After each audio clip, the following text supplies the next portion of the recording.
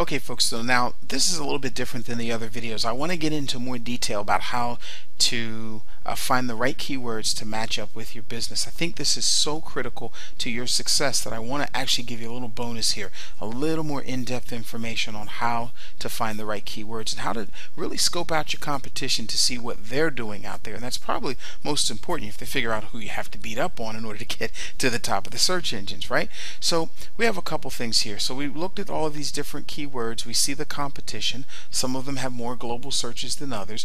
I mentioned that there's a reason why they have so many people searching and why there's so much competition for PPC, because this is an actual e-commerce product. People are buying this product online. Okay, so let me show you a couple things here.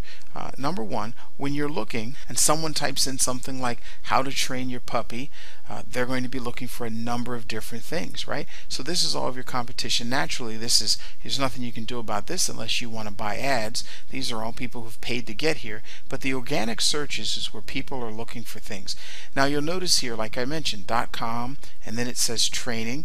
This is your competition. These are the people that are right now at the top of the search engine. See? Dog-obedience-training-review. Now that's something we'll talk about in just a moment. But then they have a page called How to Train a Puppy. That web page is now at the top of the search engines on how to train the puppy. See? How to start training your puppy. Okay, so then here it is, how to train your puppy. Google figures that that must be a website that could actually help the person who's searching. It's very important to them. Look at the keywords that are popping off the page here that have been bolded or that Google thinks is important that they found on that website. Start your puppy training. Set your puppy up to succeed. See? Training. Start your puppy. These are the keywords that are popping up to the top of the search engine based on the search. But that's not all. See, there's more details to it. When you type in training collars for dogs, you're going to find that there are a bunch of advertisers here that are advertising, but at the same time, there's a company called Petco that's at the top. Now, the big question that most people are wondering is, can I actually outrank Petco? Yes.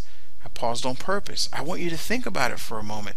Petco is basically a company that's offering a product that is for sale. And so, yes, they happen to have something on Petco training chains and collars for dogs and things like that. That's great, but that's not the best possible result from if you begin to optimize your website. So you stand a chance of outranking these top websites here because you're going to create an information-based website that's going to help people to make an informed decision about their purchase and whether it's the right thing for their dog or not. And that's one of the keys to getting to the top.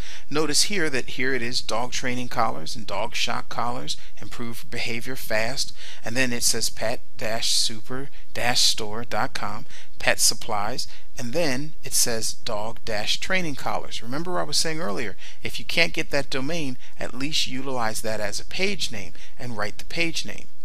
And then once you do that, write plenty of information on that page about dog collars. Now, there's something else that's very interesting, and I want you to be able to take notice of this. When you see training collars for dogs reviews, this is really big because most people are not going to just take Petco's word for it.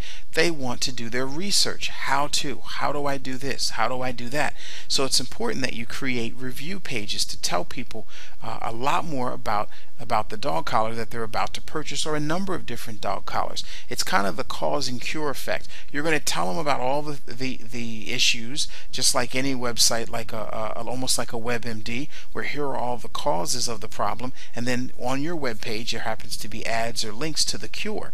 So they're going to look for a review. What do other people think about that information? So notice again, everything's .com, and then here are the reviews on the .org. It happens to be ranked 3rd on the web page under training collars for dogs reviews.